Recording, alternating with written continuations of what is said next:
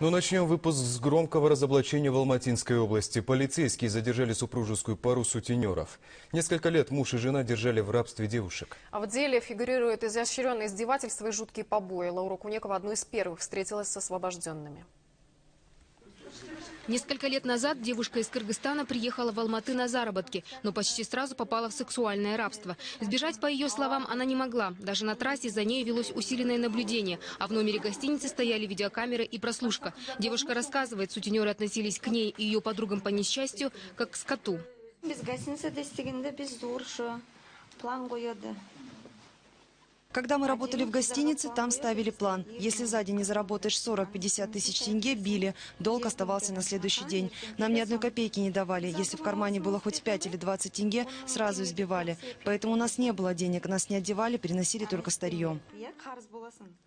Еще одна девушка пробыла в неволе более 8 лет. Сутенеры выкрали ее, когда ей было всего 13. Она тогда приехала из села в Шымкент за ручками и тетрадками, а в итоге попала в алматинский бордель. Последние 2 года нескольких девушек держали в подвале частного дома, где с 5 утра за тарелку супа и старую одежду они работали на заднем дворе, кормили скот. Одной из невольниц помог сбежать шофер. Хозяин постоянно бил нас, если его родственники жаловались. Бил скалкой, зарядкой телефона. Они нам сказали, мы полицию не боимся, у нас есть крыша. Они угрожали нам, мы до сих пор очень боимся. К слову, родственник семейной пары свою вину не признает. Говорит, даже и не подозревал, что девушки занимались проституцией. Ты вообще этих девочек видел? Девчата? Ну, девушку видел дома, прихожу, ну, гости там, просто салам, все, больше ничего. А там клиентов, то, что возили, нет? Там, ничего не знаю. Не знаю. Ну, ты свою вину полностью отрицаешь, да? Я отказываюсь.